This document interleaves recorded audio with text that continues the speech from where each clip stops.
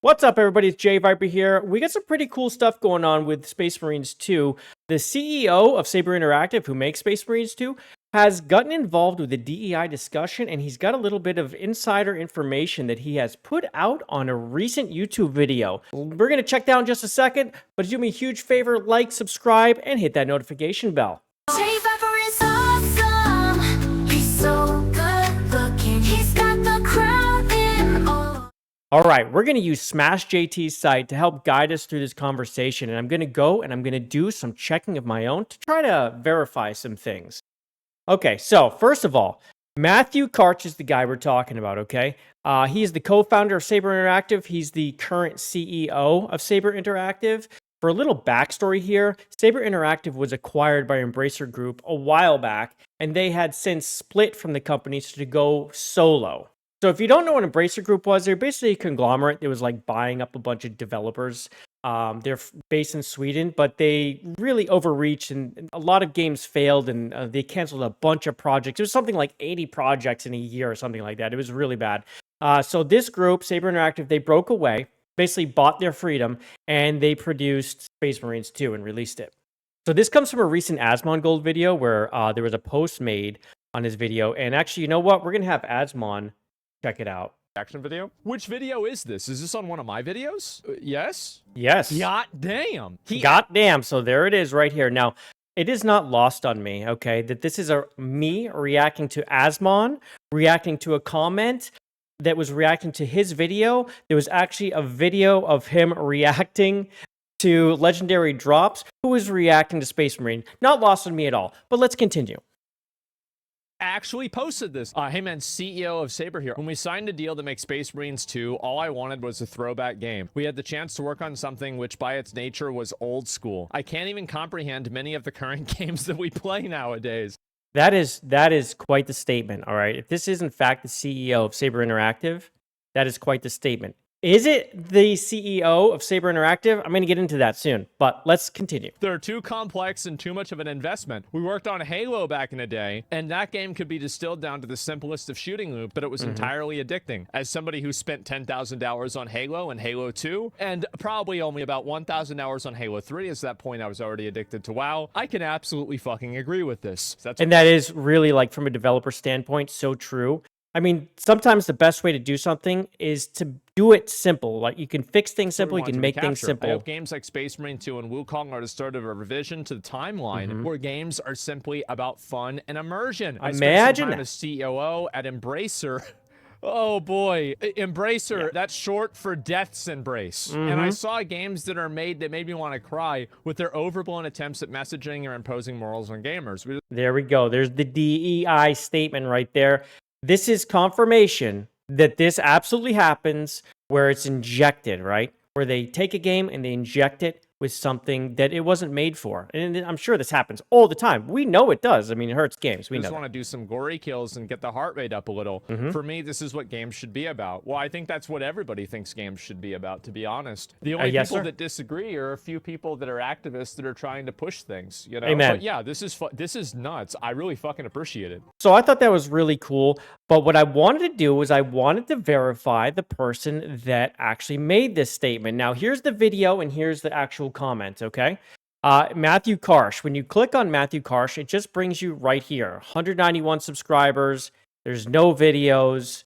It's hard to tell if this is really him. I mean, there could be links here, but what does that matter? You know, it's telling you to, this is his link, and that's really it. It's just a 191 subscriber person with no content to, like, verify his identity. And there's nothing here. There are people on X asking, is this actually Matthew Karch? Did he respond?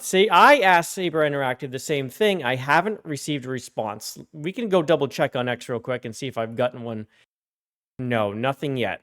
So there's no guarantee that that was for sure him, but let me tell you why I think it was him. And it's because someone else replied too. Check this one out. This Ollie Hollis right here, okay? Creative director of the game here. I wrote Space Marine 2 along with Craig Sherman, Randy Begel, and Matthew Garcia Dunn. Hearing everything you had to say about the story and characters resonates so strongly with our actual approach. It's great to hear you calling out the exact things that we intentionally focused on.